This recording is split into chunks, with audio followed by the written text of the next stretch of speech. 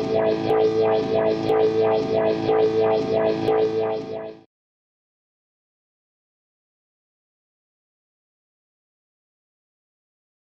what's going on, guys? Brian from Zombie Guitar here. This is part 5 of our soloing with 7th Arpeggios series, and this is going to be the final shape that we look at for these 7th Arpeggios. This is going to be the G shape, okay? So there's 5 cage shapes, C, A, G, E, and D. We didn't look at them in that exact order, but still there's 5 shapes. This is the 5th and final shape that we're going to be looking at. Again, as I keep saying in all these videos, if you happen to not understand anything about the theory behind these 7th arpeggios or what types of 7th fits into what type of chord within a key and whatnot, part 1 is where I explain most of the theory, part 1 of the series. In addition to that, I also link you to any other relevant lessons that happen to go into detail about any other theory topics behind these arpeggios, what types of 7th arpeggios fit into a key and all that stuff. Additionally, the newest addition to the improv course is going to be all about this stuff, okay? How to implement these 7th arpeggios into your improvisation, into your composing of solos, how 7th arpeggios fit in the key, all that stuff. So that's the newest addition to the improv course as well, okay? That's going to be coming within the next couple weeks. All right, so basically with that said, let's take a look at these arpeggio shapes. So we're going to be looking at the G shape. So the G shape is rooted on the low E string. Part 4, the last part that we did, was the E shape, which was also rooted on the E string.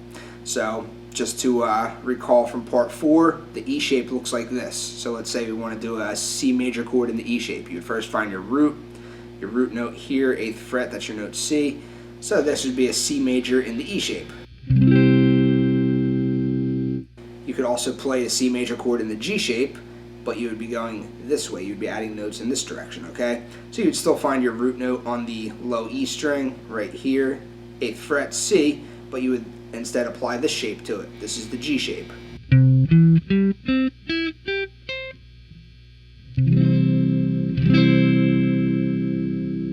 So that's a C major chord in the G shape, okay?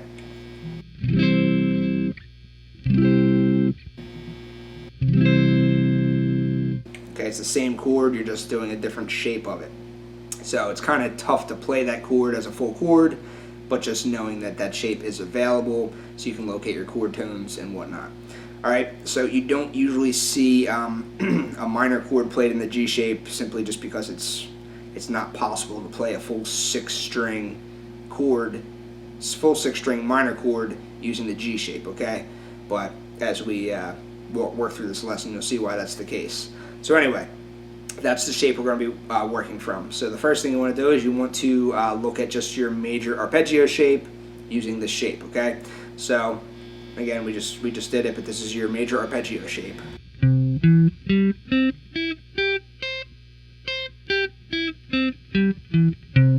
Okay, you have your root, 3rd, 5th, root, 3rd, 5th, and then root.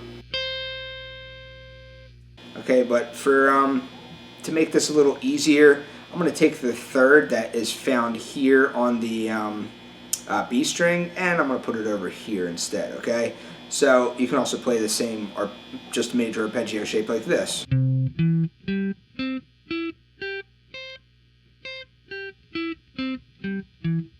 Okay, so you have root, 3rd, 5th, root, 3rd, 5th, root. So if you wanted to make this a major 7th arpeggio, you would just have to add in your major 7th scale degree, which falls 1/2 step below the root, okay? So we're going to be starting this arpeggio shape at the root. You could always add in your 7th 1/2 step lower than the root on the low E string, but we're not going to do that for the shape. We're just going to start on the root, okay? So we're going to add our 7ths in right here and right here, okay? Because that would be 1/2 step lower than a C, okay? It's kind of tough to visualize, but just know that your C is here, 8th fret. 1/2 step lower would be the major 7th. That same note is found here, and the same note is found here. Okay, so it's kind of tough to see exactly where this major 7th falls in relation to the root, but this is your shape, okay? So this would be your major 7th arpeggio, all right? So you would have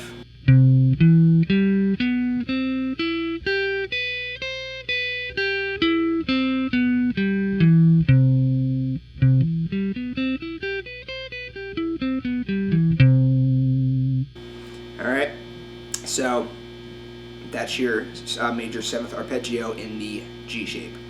So now we can look at our dominant 7th arpeggio. Again, a dominant 7th would start out with our major arpeggio, and then we just go ahead and we'd add in our flat 7th scale degree. Okay, so flat 7th scale degree falls one whole step below the root. All right, so we're going to be starting the shape from our root note, C, 8th fret. So you have one whole step lower would be this note, 6th fret, which would be the B flat. You could also add it here and here. Okay, so we're just going to be adding in the one on the D string and the high E string because we're starting the shape from the root. All right, so this is your C dominant 7 arpeggio, or just your movable dominant 7 arpeggio shape, and that would sound like this.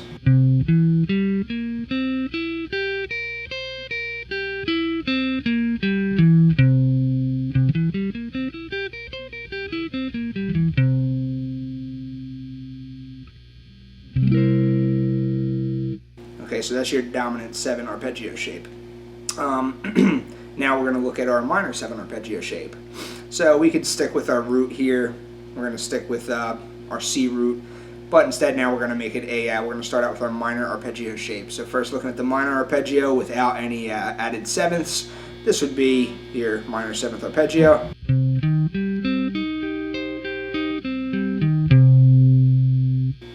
Okay, so that's your minor arpeggio shape. You see why you can't play that as a full chord?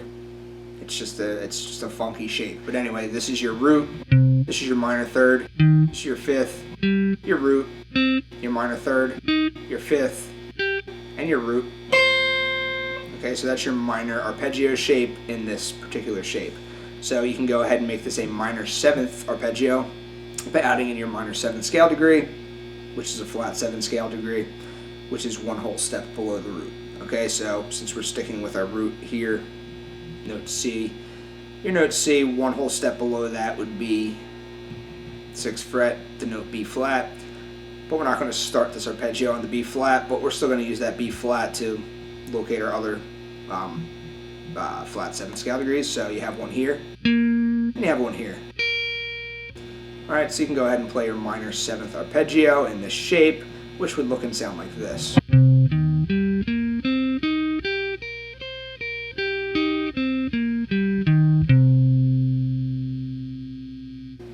Okay, so that's your minor 7th arpeggio shape. Alright, so you have your major 7th arpeggio shape, you have your dominant 7th arpeggio shape, and you have your minor 7th arpeggio shape. Alright, so just as we've been doing for the last 4 parts, we're just going to go ahead and walk up through the C major scale, looking at all the diatonic arpeggios, and then that's going to be it for this video.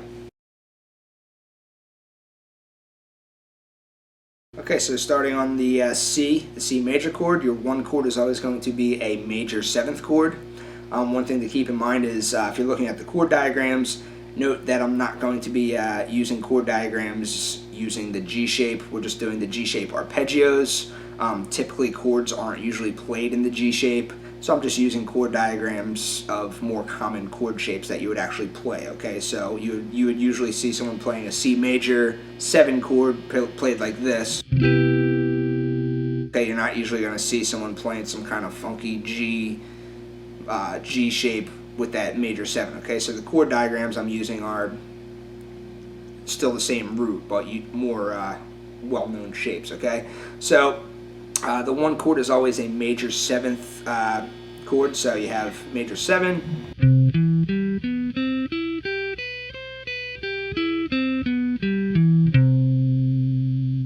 okay, and then your 2 chord, which is in the key of C, is a D minor 7. Okay, your 2 chord is always a minor 7 chord, so you have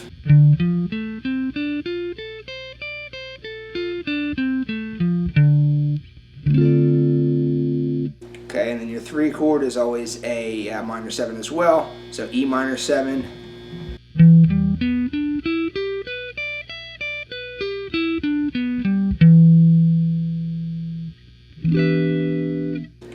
4 chord is always a major 7, so you have F major 7 as your 4 chord in this key.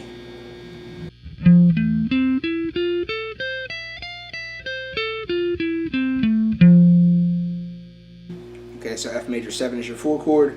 Then your 5 chord is always going to be a dominant 7 chord. So in the key of C, your 5 chord is G, G dominant 7.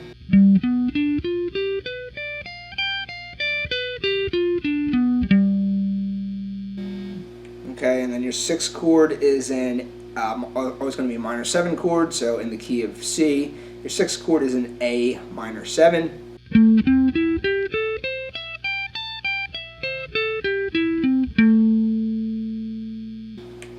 Okay, so that's your 6th chord. And then we're not going to be looking at our 7th chord because that is a half diminished chord. We're not looking at diminished or half diminished chords in this series.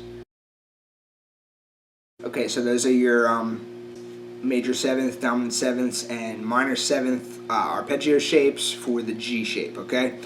Now keep in mind as we're playing these shapes, there's other ways to play these arpeggios. As long as you know where your root note is located, I gave you 5 different shapes. You have the C shape, the A shape, the G shape, the E shape, and the D shape. The 5 cage shapes. That's what the first 5 parts of the series were. As long as you know where your root note is located within those shapes, you can alter these arpeggios if you find easier ways to play it, okay? The ways that I gave you in these first 5 parts are just the ways that I find easiest to play. But, you know, as you know, there's multiple ways to do things on the guitar, right? So you can alter these arpeggios in any way that you'd like. All you have to do is understand that for a major 7th chord, the major 7th scale degree falls 1/2 step below the root.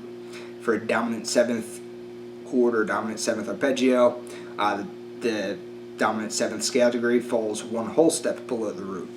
For a minor 7th arpeggio or minor 7th chord, the 7th scale degree falls 1 whole step below the root of the minor chord. Okay, so as long as you know where your root is located within these shapes, okay, you can go ahead and play them however you'd like. Okay, so that's going to be it for part 5 of this series. All right, so we looked at all 5 types of cage shapes and adding the 7th scale degree to them.